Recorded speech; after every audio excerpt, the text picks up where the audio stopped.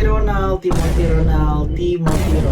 Siapa tuh? Kenapa sih Timothy Ronald? Kamu tahu nggak Timothy Ronald siapa, Rif? Ya, tahu influencer kripto yang kayak dibilang salah satu orang paling muda terkaya di Indonesia atau di dunia, nggak tahu. Di Indonesia, iya nggak sih?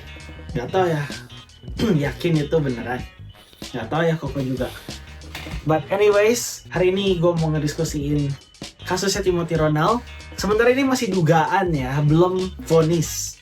Jadi kita bakal analisa kenapa sih Timothy Ronald bisa dimasukin kasus, bisa ini, bisa itu. Ini kalau koin manta yang dijanji-janjiin Timothy, dan fundamental koin manta yang dijanji-janjiin Timothy itu, dan kesimpulan dan rekomendasi kalau misalnya mau investasi itu kayak gimana sih. Kita bukan financial advisor loh ya, bukan berarti aku ngasih financial advice di mana lo harus ngikutin atau gimana, but ini hanya sebuah analisa pribadi menurutku ya, menurut apa yang aku lihat sendiri gitu loh. Kita dari Ngopi Merantau, aku adalah William, aku adalah seorang business development manager, sudah di Australia selama 10 tahun lebih, dan aku sudah investasi dari tahun 2019.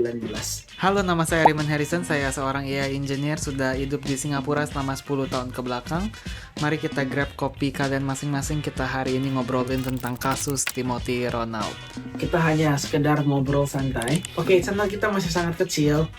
Kalau misalnya info yang di sini dibagikan membantu atau inspiratif atau Membuka wawasan. membuka wawasan lah, tolong like, comment, dan subscribe channel kita ini yang masih sangat kecil. Soalnya kita juga punya target untuk mencapai 1000 subscriber. Harusnya ya di awal tahun ini, cuma kita belum tercapai. So, ayo kita sebelum Februari kita setidaknya 1000 subscriber yuk.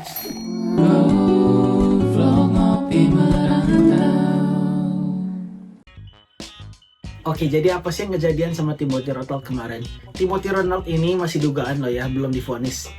So, yang terjadi, Timothy Ronald itu dilaporkan ke Polda Metro Jaya dengan dugaan penipuan investasi dan trading kripto. Terus, laporan tersebut itu diterima tanggal 9 Januari 2026 dengan nomor laporan. Emang ada yang mau tahu nomor laporannya berapa? Ya nggak apa-apa lah. Dengan laporan 227/1/2026. Statusnya sekarang itu masih dalam tahap penyelidikan, belum ada vonis, belum ada apa-apa lah. Vonis itu apa? Vonis itu ya guilty or not guilty gitu loh. Oke, verdict. Yes, very. Terus di beberapa pemberitahuan pelapor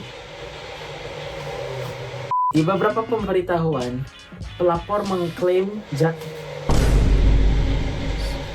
Biar jusnya berhenti, subscribe dulu guys. Di beberapa pemberitahuan, pelapor mengklaim bahwa ada janji potensi keuntungan tinggi. Dan angkanya emang lumayan fantastis sih, dari 300 sampai 500%. Wow. Disebut di kutipan polisi. Bentar, 300 sampai 500% dalam jangka berapa lama tuh janjinya? I don't know, but potensi keuntungan 300 sampai 500% katanya ya. Itu di laporan polisinya. Secara laporan itu kerugian yang diklaim itu mencapai miliaran rupiah ternyata. Dari berapa orang tuh yang miliaran rupiah? Satu orang?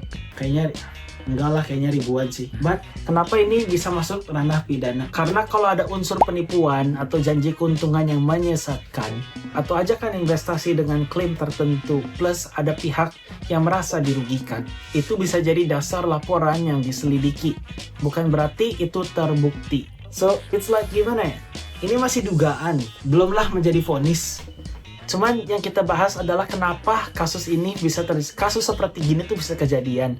Dan kenapa publik gampang ke bawah? Karena mendengar duit besar jadi pengen mau semuanya kan? Ya iya, soalnya kalau misalnya dilihat sendiri gitu ya dari Timothy Ronald, cara dia ngomong kayak dia tuh sering ngomong kayak, oh orang yang gak kaya tuh mereka kurang effortnya, mereka bego lah, inilah itulah, banyak lah dia suka ngomong kayak begitu. Sekarang goblok jadi gue Karena goblok bro. Kalau misalnya aku aja sekarang sandwich generation, mama papa aku terjerat utang, aku bayarin utangnya, sekarang aku bisa gini, kenapa kalian nggak bisa? Kita udah pernah ngejelasin, yang bisa sukses itu tuh pertama butuh persiapan, dua butuh kesempatan. Tanpa kesempatan nggak bisa sukses. Kalau punya semua persiapan, kalau misalnya punya persiapan tanpa kesempatan juga ya sama aja. So, itu ada beberapa hal yang aku tidak setuju. Cuman bukan berarti Timothy itu terbukti salah loh ya. Kita bakal dive deep lebih dalam di sini. Kita mau ngomongin dikit koin-koin yang diiming-iming bisa naik 300-500%. Kemarin tuh namanya koin Manta. Nah, di koin Manta itu kalau misalnya kita lihat di fundamentalnya ya, kita lihat analisa aja ya. Ini koin Manta, market cap-nya as of today, 18 Januari hari Minggu jam 9.26 malam waktu Australia. Koin Manta itu market cap-nya di 38.57 million dollar. Kalau misalnya dilihat di koin market cap, Manta Network itu tuh market cap-nya cuma 38,57 million USD. Dan Ray jelasin market cap itu apa? Aku kurang tahu juga ya total value of the coin. Jadi semua koin Manta yang ada di dunia ini totalnya kira-kira berapa deh?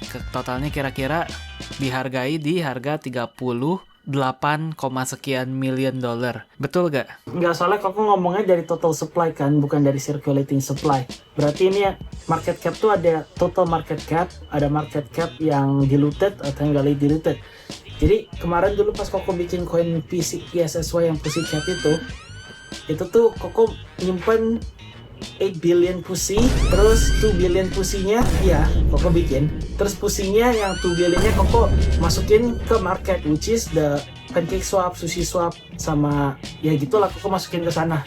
Jadi total circulating supply itu koin yang ada di market yang udah ke mine, yang udah ke yang it's already mine atau it's already stake gitu loh. Yang udah ada bisa diperjualbelikan. Yang udah ada di market, ya sudah bisa diperjualbelikan. Cuman yang masih ada di kantongnya si foundernya yaitu total circulating supply total supply dikurangin ya circulating supply gitu loh. So total market cap itu tuh value yang ada di circulating supply-nya. Okay, so total market cap adalah value of the asset itself di total circulating supply of the currency. So maksudnya total circulating supply of the currency. Jadi kalau misalnya ini kasusnya koin Manta circulating supply, berarti yang diperjualbelikan ada di market itu tuh ada 457,94 million Manta coin.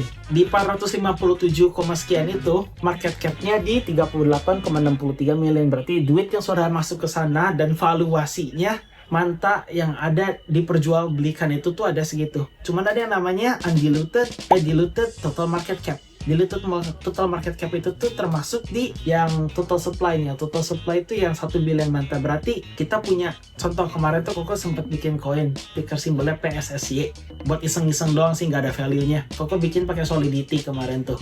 Koko bikin 10 billion PSSY, terus yang Koko publish di namanya Pussycat.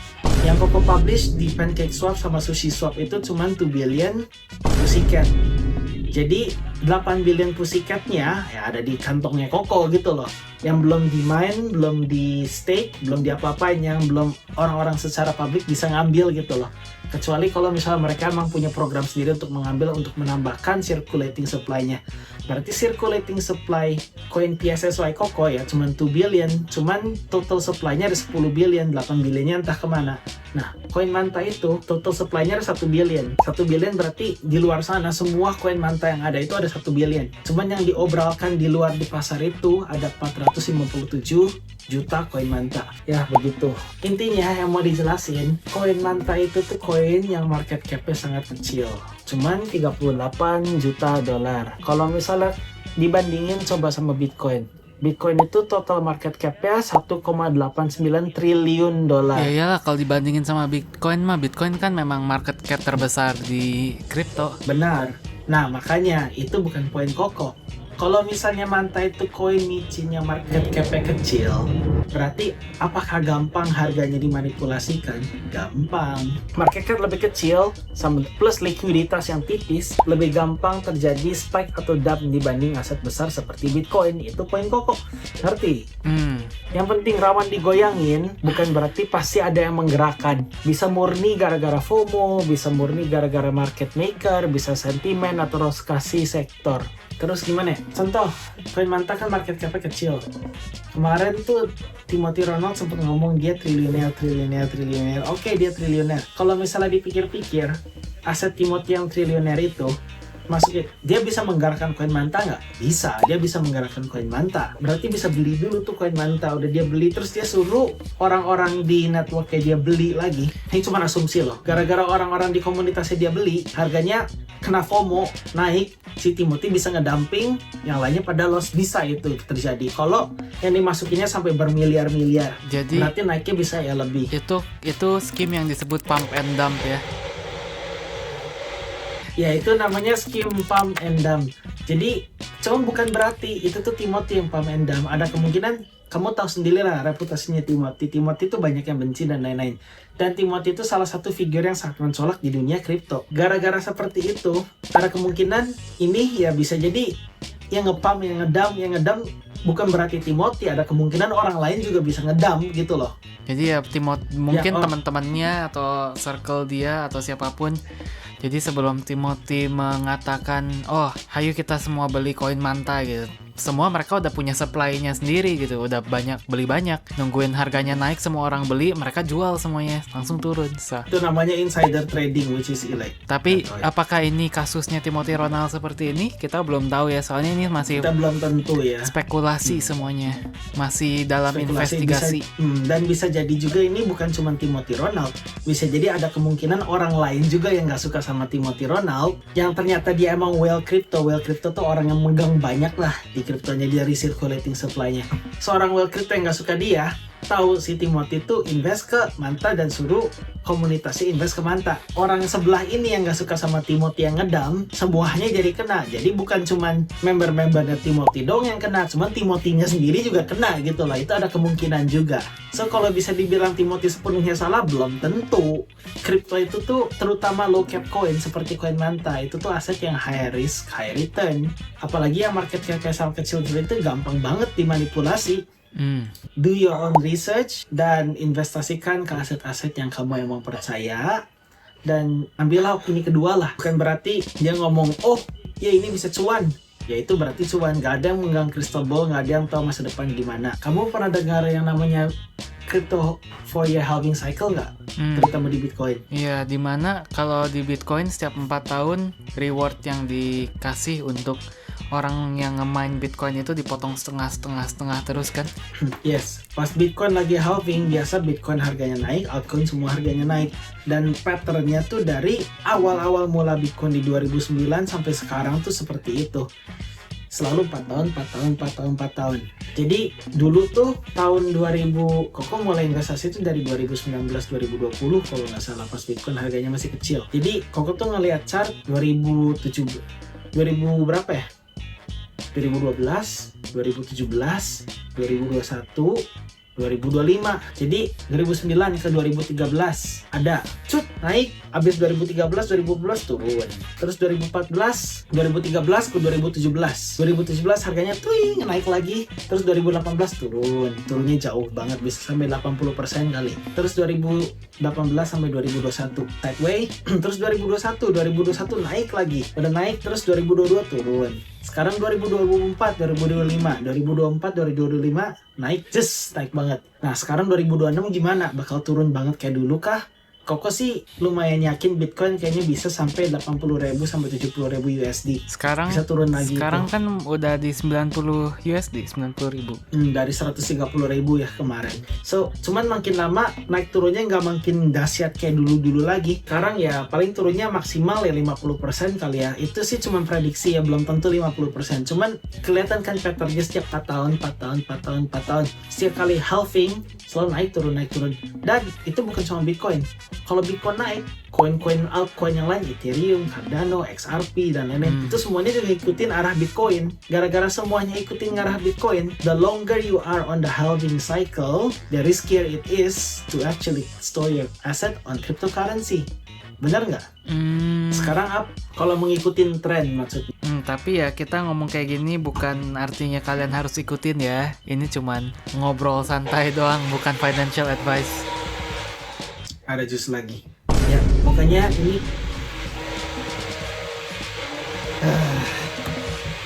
pokoknya ini bukanlah sebuah financial advice. Bukan berarti kalian harus ngikutin atau gimana. Cuman ini hanyalah berdasarkan data dan history yang dilihat.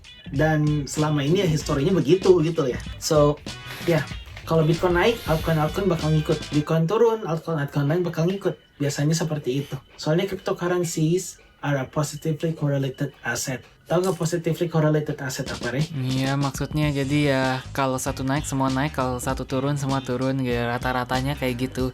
Yup. Oh ya, kalau dengar-dengar waktu itu Timothy Ronald kasusnya ini tuh ada yang dari dulu merasa kayak dirugikan, ditipu, tapi mereka nggak berani untuk ngasih tahu karena diancam katanya, diancam di komunitas Discord-nya sampai suatu hari mereka ribuan orang menekatkan diri untuk berkata dan melaporkan Timothy Ronald ke polisi. Oh, ini tidak benar, ini kita ditipu. Karena ribuan orang yang berani dan berdiri, jadi ketangkep juga Timothy Ronald kali ya. Tapi ini kasusnya gimana ya? Maksudnya diancam apa maksudnya? Katanya sih nggak tahu ya, kok dengar juga ya ini dari apa sih, dari YouTube, dari TikTok dan lain-lain. Kalau misalnya ada orang beberapa diancam, oh aku gebuk juga lo kamu sekarang, aku bakal bawa tim aku ke sini suruh datengin kamu gebuk kalau misalnya kamu nggak hold, kamu gini kayak gitu. Dengar gitu, cuman kita tidak tahu faktanya seperti gimana, asli atau enggak. Sampai dikasih death threat gitu? Ya katanya sih, yang Koko dengar gitu ya bukan death threat sih, lebih kayak digebuk atau gimana. Kayak infonya yang Koko dapetin dari tentang itu masih lumayan vague gitu ya. Cuman Koko dengar ada juga ancaman. Kalau misalnya Timothy emang mengancam dan emang orang-orang lain disuruh hold coin itu, jangan diituin sampai dia gitu, ya itu namanya penipuan. Cuman kalau misal tidak ada buktinya kalau dia ngancam atau kayak gimana, ya itu bisa jadi pencemaran nama baik ya sih. Ya nggak tahu ya, kita ini kasus masih investigasi jadi masih banyak tanda tanya. Ini masih diinvestasikan sama polisi juga. So kesimpulannya ini hanyalah desas-desus rumor-rumor apa yang orang ngomong loh ya. Bukan berarti ini emang faktualnya seperti itu. Sampai kasusnya fully investigated, sampai kasusnya emang sama polisi udah tahu ini buktinya A, buktinya B, buktinya C, kita bakal belum tahu kronologi aslinya itu seperti gimana. Kesimpulannya sih kayak begini ya, dan kesimpulan dan sedikit sugesti lah ya, bukan berarti harus dikasih tahu, bukan berarti harus diikutin. Kalau misalnya kamu kaya atau kayak gimana, Timothy itu kena virus OKB. OKB itu orang kaya baru, dimana dia harus flexing sini, flexing sana, pamer jam, pamer mobil, pamer harta gua triliuner, ngebodoh-bodohin orang lain dan lain-lain. Itu kayak buat apa gitu ya? Kalau misalnya tujuannya emang buat mengedukasi kita, ya edukasi aja, gak perlu yang ngoblok-goblokin gitu. Meskipun emang motivnya dia biar unik lah ya, biar ngemotivasi, cuman itu akan membuat tension sama orang-orang lain. Bukannya Koko berarti membenci gitu ya apa yang Timothy ngomong dan lain-lain, enggak juga. Yang dia ngomong ya ada benernya ada enggaknya. Contoh yang gak benar kayak, buat apa kamu keluar negeri? Kamu kalau misalnya di negeri sendiri aja gak bisa sukses, apalagi kamu keluar negeri. Tolol kamu yang keluar negeri. Itu Koko sangat tidak setuju. Terus orang yang nge-gym itu tuh sesuatu yang tergoblok sedunia. Kalau misalnya kamu nge-gym, otak kamu tuh gak jalan, kayak gitulah. Timothy sempat ngomong kayak yang gitu. Yang sama Deddy kan berantem. Sama Deddy Corbuzier berantem. Udah berantem sama Deddy Corbuzier, terus tiba-tiba, oh berarti lu ngomong gue goblok apa? Lu ngomong siapa sih? Deddy Corbuzier, Aderai, orang-orang kayak gitu goblok semua ya. Kayak kalau misalnya lu ngomong kayak gitu terus ngomong, oh ya berarti enggak juga tuh. Aku ngomong kayak gini tuh, dia pintar memutarbalikkan. Seperti kayak, nah ada orang yang ngomong itu membuktikan kalau diriku salah. Tuh buktinya kalau misalnya aku salah, ya berarti aku salah. Setidaknya aku belajar sesuatu yang baru. Kalau misalnya aku emang frontal ngomong seperti itu. Timothy itu pintar memutarbalikan seperti itulah. Itu kayak contohnya. Terlalu sombong dan terlalu flexing gak sih? Jadinya banyak orang juga, kalau kalian terlalu flexing juga pasti diselidiki akhirnya kali. Jadi intinya ya, kalau misalnya mau pamer atau kayak gimana ya di limit lah, nggak terlalu seperti, jangan terlalu kayak menyinggung banyak orang setidaknya, ya nggak sih? Itu pertama. Kedua, apalagi kalau misalnya mostly people di luar negeri atau di Indonesia, banyak orang tuh yang pengen hasil cepat kaya, cuman tidak terlalu mau belajar dan berusaha. Banyak banget orang yang seperti banyak itu. Yang jatuh sama get rich quick scheme. Jadi kita selalu bilang juga kali ya, if it's too good to be true, it probably is gitu. Kalau contoh kayak MLM, ntar kita bisa bawain juga tuh kasus MLM. Jadi kalau misalnya it's too good to be true, it might probably is. Dan kedua, kalau misalnya orang menginvestasikan ke aset yang high risk high return dan ternyata tiba-tiba jebret hilang gitu ya asetnya. jebret. Kalau misalnya jebret, iya ya. Kalau misalnya jebret aset hilang, mereka nggak mau bertanggung jawab. Orang tuh kadang-kadang, wah, mereka nyarinya kambing hitam. Yang gampang dijadiin kambing hitam tuh siapa? Yang orang paling berisik. Kenapa? Soal pemain-pemain lama di market juga mereka nggak mau jatahnya mereka diambil sama OKB seperti Timothy. Dan yang paling gampang dijadiin kambing hitam itu sekarang siapa? Ya Timothy. Kenapa? Soalnya dia yang paling berisik, yang paling bersinar di komunitas ini. Dan begitu mereka kena gitu, begitu marketnya jatuh, end of halving cycle, semua cryptocurrency turun, yang bakal kena siapa? Ya orang yang paling berisik, yang paling gampang dijadiin kambing hitam, itu Timothy. So kesimpulan dari sini, apakah Timothy salah? Belum tentu. Kenapa? Soalnya cryptocurrency itu aset high risk high return, dimana resikonya juga gede, bukan returnnya doang yang besar. Dan kalau misalnya dia mengendorse single concentrated asset class position, yang banyak lah Timothy ngomong di podcastnya dia single concentrated. Orang-orang kaya semuanya pada single concentrated asset class position, gak ada yang diversifikasi banyak-banyaknya. Dulu dia juga gitu, cuman sekarang kayak gitu. Iya, di single concentrated asset class position it can work, but The chance of it On what working is asset? also lower lagi. Like not exactly. You have to manage your risk, diversify it. Not exactly. But emang orang-orang kaya mereka cuma investasi ke satu BCA doang, BRI doang. But bro, Iya kah? BCA, BRI itu kan saham-saham blue chip ya. Nggak banyak yang hoarding emas dulu tuh. Terus jarum banyak belinya di mana? Di BCA dulu. Udah kayak gitu. Terus kalau misal kamu mau single concentrated dan kamu emang sangat percaya dengan BCA atau BRI dan emang returnnya emang lumayan besar, atau emang you really believe it, you can actually not single concentrated, but it's more on like a huge chunk of your portfolio kamu taruh di sana, ya oke lah, because you truly believe on that asset and you understand it well. Cuman kalau misalnya kamu belum terlalu ngerti, soalnya rata-rata orang yang masuk ke Crypto Academy itu orang-orang seperti apa? Mereka yang belum ngerti kripto, mereka belum tahu caranya investasi, mereka kesana tuh untuk belajar. Kalau mereka udah disuruh single concentrated asset class position seperti apa yang Timothy ngomong, yang ada begitu asetnya satu aja turun, ya harta mereka banyak yang turun. Soalnya mereka sendiri juga nggak tahu mereka investasi ke apa, mereka cuma percaya mentornya aja gitu loh. Ngerti nggak maksud Koko? So, menurut Koko sih, kalau misalnya kamu masih belajar, masih belum tahu kamu mau ngapain, kamu mendingan belajar dari ya yang blue chip dulu aja, meskipun it's not a get rich quick scheme, but it's a get rich slow scheme. Rich is the keyword. slow is the Slow keyword. is the keyword. Salah ngomong kamu dari Rich tadi. and slow. No, Koko dari di podcast lama juga Koko ngomong rich and slow. Two keywords. Kamu bisa kaya, pasti kaya. Tanpa investasi nggak bisa kaya. Belum Cuman tentu. cepat atau Belum enggak? tentu tanpa investasi nggak bisa kaya. Tanpa investasi, tanpa bisnis. Belum tentu. Kerja bisa kaya raya. Nah, gimana yang gajinya 100 juta per bulan jadi DPR? Iya sih. Ya enggak juga. Dengan kerja kalau kamu tekunin dan climb the social ladder juga bisa kaya raya. Lihat Sundar Pichai. Sundar Pichai dari orang CEO-nya Google. Dia dari Ya, CEO. Iya, dia dari orang miskin di India yang nggak punya apa-apa, dapat beasiswa, sekolah di Amerika, sampai sekarang menjadi CEO-nya Google. Itu dia dengan cara apa? Bukan dengan cara punya bisnis investasi. Ya kaya karena dia akhirnya dia menjadi CEO, climb the career ladder. Cuman chances of doing that berapa banyak? Ya Dari sekian makanya puluh ribu, ratus ribu, kalau mau miliaran. kaya dari Iya. cuman kerja lama dan capek dan susah dan Dan probabilitasnya 0,00000 sekian persen. Kenapa? Soalnya ya dunia ini berapa populasinya dan yang bisa menjadi CEO berapa orang gitu loh. dan tergantung juga sih, tergantung dari definisi kalian kaya itu apa. Ya itu juga tergantung. Kalau orang jadi manajer udah dianggap kaya ya terserah gitu. Ya definisi kalian kaya itu apa gitu. Definisi ya kalian juga harus bisa define what rich means. Ada kemungkinan hidup enak, tenang, gak ada tanggungan, makan keurus, tinggal ada atap di kepala, terus ada bokap nyokap, ada papa mama yang suportif, ada adik kakak yang suportif, ada keluarga yang santai, punya istri, punya anak yang beautiful. Meskipun lu kerja ya udah kaya gitu loh. Bukan berarti kaya tuh harus kaya secara materi. So ya begitulah. Oke, kita dari Ngopi Merantau, kita ingin membawa perspektif orang luar kepada orang di Indonesia. Yang subscribe, amin, cepat kaya. Amin. Kita ada target sebelum Februari untuk mencapai 1000 subscriber. Tolong bantu kita yuk, ayo 1000 subscriber sebelum Februari. Oke, bye-bye. Bye-bye. Hey, jangan skip dulu video ini. Percaya nggak kalian kalau aku bisa bikin kartu ini melayang ya? Kalau aku bisa, kalian harus janji subscribe ke channel-channel kami dan tonton video kami yang lainnya ya. Ayo kita lihat. Hey, melayang beneran ini. Sesuai janji.